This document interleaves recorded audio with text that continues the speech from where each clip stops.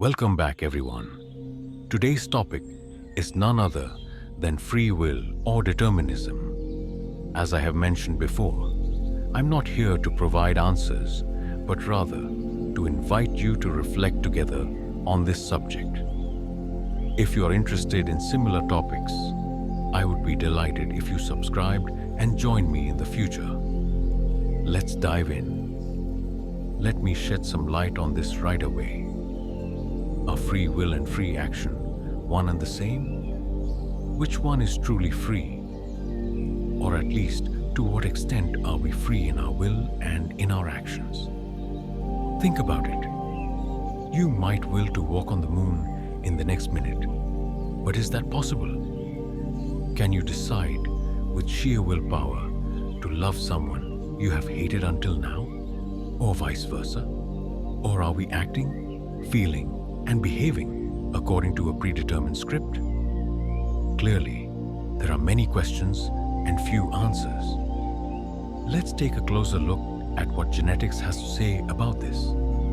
Andre Chisel, a physician and geneticist, stated the following: human behavior, abilities, and tendencies are partly influenced by genetic factors, but environment, upbringing, and individual decisions also play a crucial role. This interaction is called the genotype-environment interaction. Genetics provides a framework for our lives. It determines an individual's potential, such as susceptibility to certain diseases or the types of talents they may possess. However, genetic predispositions do not represent an unchangeable fate. It depends on the individual's decisions and actions, how well they can utilize their genetic potential or overcome inherited disadvantages. Chisel believed that genetic freedom does not mean being completely independent of our genes. Rather, it means recognizing and consciously managing the inherited traits carried by our genes. For instance, the color of our hair or eyes is strictly determined by our genes and cannot be changed.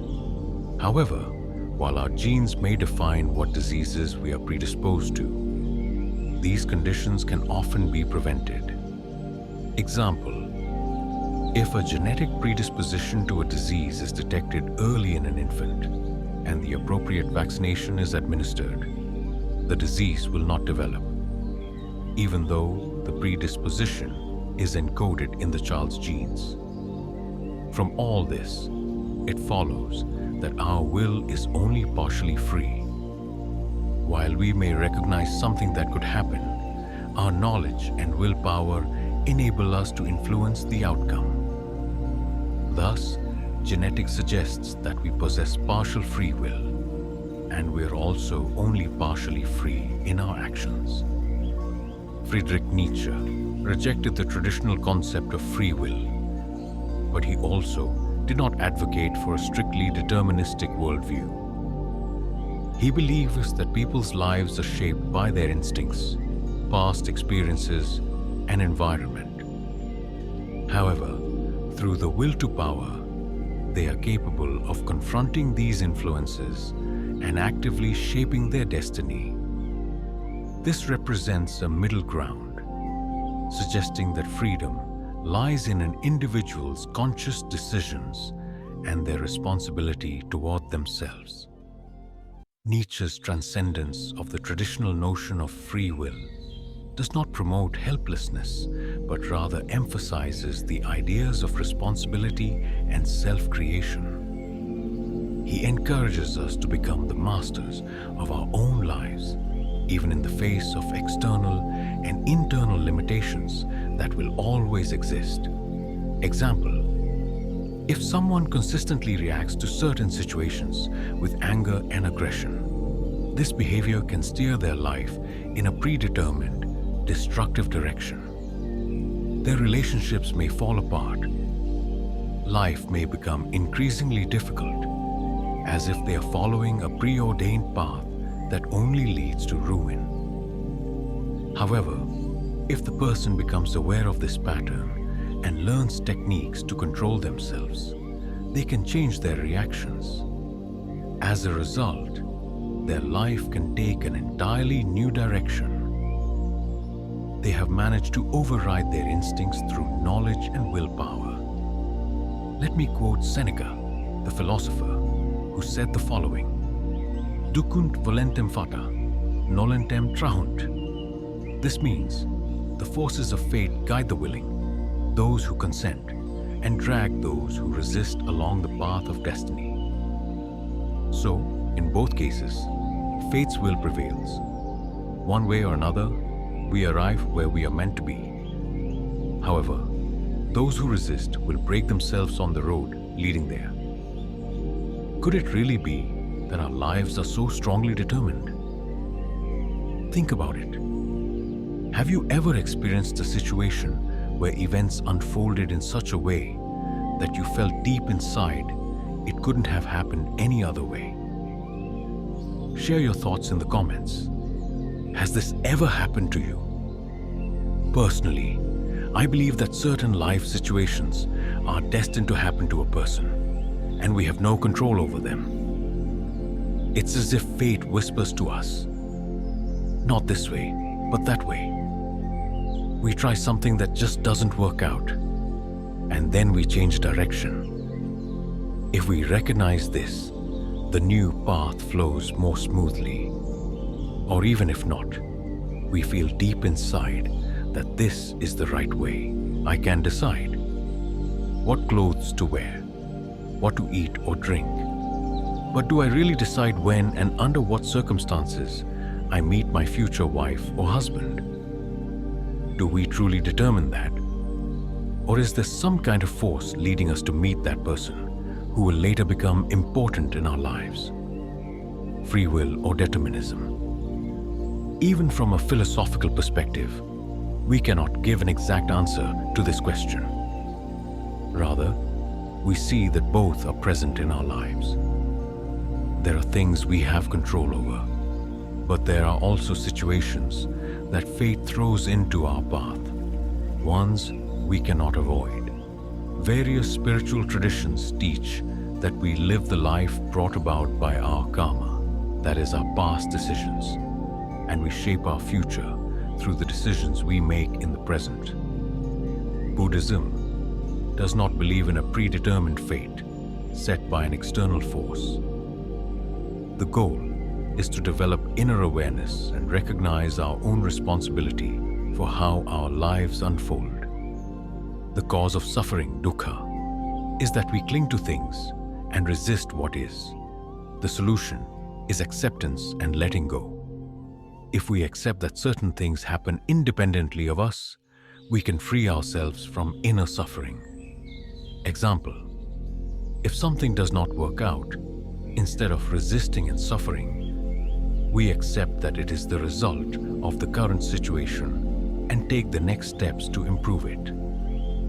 With this, Buddhism emphasizes that we have free will in the present, but our past cannot be ignored. Free will versus determinism. Free will. In the present moment, we shape our future with our decisions and actions. Each choice we make determines the karma we create, and therefore, the experiences that await us. Determinism. While our past karma determines our current situation, we are not entirely prisoners of karma, because we always have the opportunity to change our lives positively through new actions. Example: if someone lives in difficult circumstances, it may be the result of past actions, but through good deeds in the present moment, they can change their future.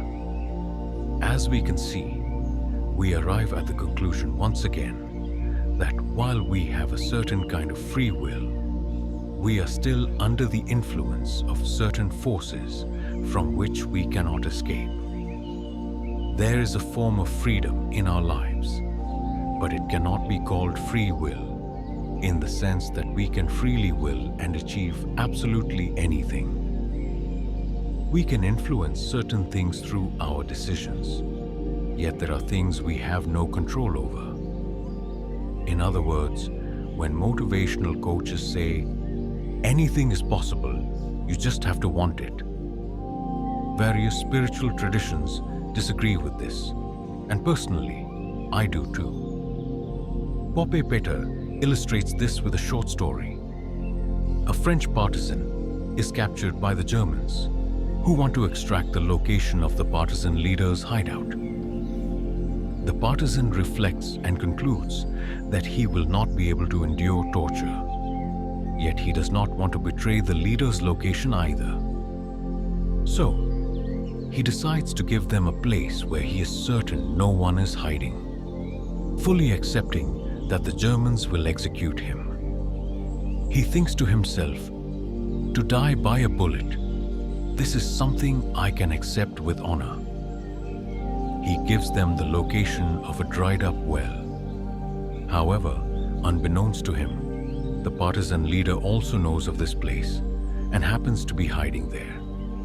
The Germans go to the well, find the leader, and capture him. The outcome is tragic, although the partisan had chosen death with honor.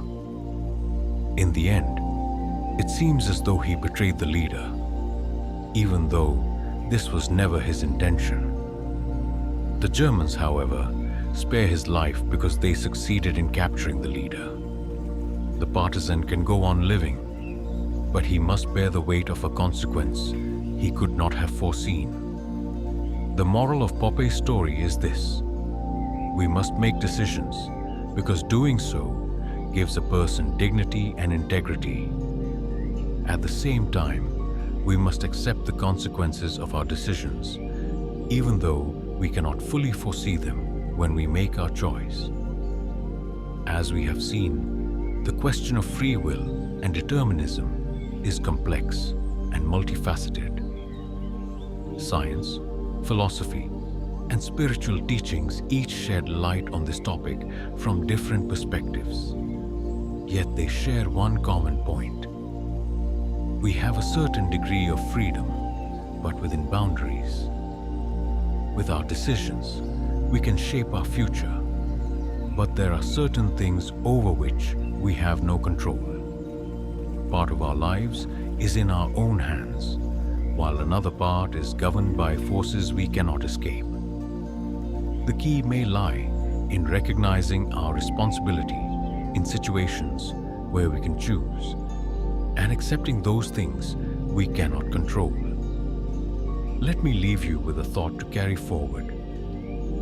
We cannot always choose what happens to us, but we can choose how we respond to it. Thank you for joining me today. I'm curious about your thoughts. Where do you see the boundary between free will and fate? Share it in the comments, and let's continue reflecting together. Don't forget to subscribe so we can meet again next time. Bye.